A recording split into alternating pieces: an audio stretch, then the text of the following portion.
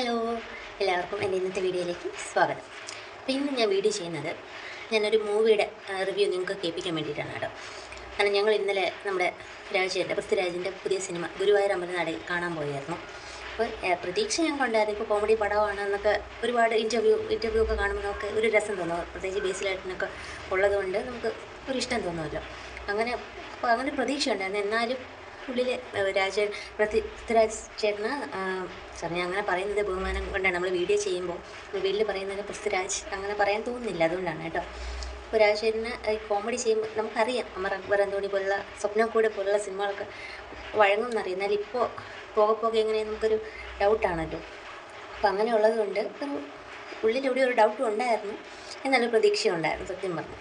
അങ്ങനെയാണ് പോയി കണ്ടത്. പടം അടിപൊളി പടമാണ് കേട്ടോ. കാരണം നമുക്ക് ടെൻഷൻ ഫ്രീ ആയിട്ട് ഇറങ്ങി വരാൻ പറ്റുന്ന അത്രയും നല്ലൊരു സിനിമയാണ്, കോമഡി പടമാണ്. അപ്പോൾ കഥ ഉണ്ടോ എന്ന് ചോദിച്ചാൽ കഥയുണ്ട്, പക്ഷേ ഈ ബുദ്ധിജീവികൾക്ക് കീറി മുറിക്കാൻ പാകത്തിന് അങ്ങനത്തെ ഒരു അങ്ങനത്തെ കാര്യങ്ങളൊന്നുമില്ല. അവസാനം വരെ കംപ്ലീറ്റ് എൻ്റർടൈനറാണ്. അവസാനം വരെ നമുക്ക് സിനിമ കഴിയുമ്പോൾ ഇങ്ങനെ ചിരിച്ചുകൊണ്ട് ഇറങ്ങി വരാം, അല്ലാതെ വേറൊന്നും ഇല്ല. നമുക്ക് ഡിസപ്പോയിൻ്റ് ആയിട്ടൊന്നുമില്ല.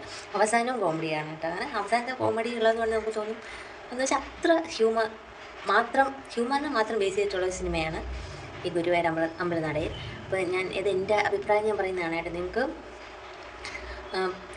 കാശിന് ഒരു നഷ്ടവും ഉണ്ടാവത്തില്ല. നമുക്ക് കുറച്ച് നേരം 2.5 മണിക്കൂർ നമ്മുടെ മൈൻഡ് ഒന്ന് ഫ്രഷ് ആവാൻ വേണ്ടിയിട്ട് പറ്റിയ ഒരു നല്ല പടമാണ്. അതിൻ്റെ കാസ്റ്റിങ് അനശ്വര, പൃഥ്വിരാജ്, നിഖില, ബേസില അവരെല്ലാവരും സ്ക്രീനിൽ കാണാൻ അടിപൊളി നല്ല ഭംഗിയുണ്ട്. അതിൻ്റെ അനശ്വരയെ കാണാൻ പ്രത്യേക ഭംഗിയാണ്.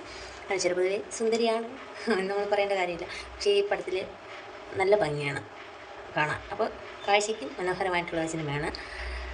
എൻ്റെ അഭിപ്രായമാണ് കേട്ടോ. ഞാൻ എന്തായാലും ഒരു 5ൽ ഒരു 4.3 സംതിങ് അത്രയെങ്കിലും ഞാൻ കൊടുക്കും. കാരണം കഥ എന്ന് പറഞ്ഞാൽ വലിയ കഥ അങ്ങനെയില്ല, എങ്കിലും ആദ്യം തൊട്ട് അവസാനം വരെ നമുക്ക് ചിരിക്കാം, ഒരുപാട് ചിരിക്കാനുള്ള നല്ല സിനിമയാണ്. നിങ്ങൾ മിസ്സാക്കരുത്. തിയേറ്റർ എക്സ്പീരിയൻസ് ആണ്, അടിപൊളി സിനിമ. അതിൻ്റെ പാട്ടൊക്കെ നമുക്ക് ഇറങ്ങി കഴിഞ്ഞാൽ ആ പാട്ട് കേൾക്കുമ്പോൾ നമുക്ക്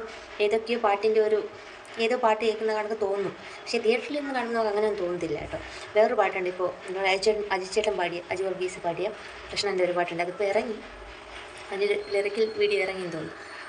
ആ പാട്ട് സിനിമ തീരുമ്പോഴൊക്കെ ആ പാട്ടുണ്ട്. നമുക്കിങ്ങനെ ബീറ്റ് കളിക്കാൻ വേണ്ടിയൊക്കെ അങ്ങനെ തോന്നുന്നു നമുക്ക് തിയേറ്ററിൽ ഇരുന്ന്.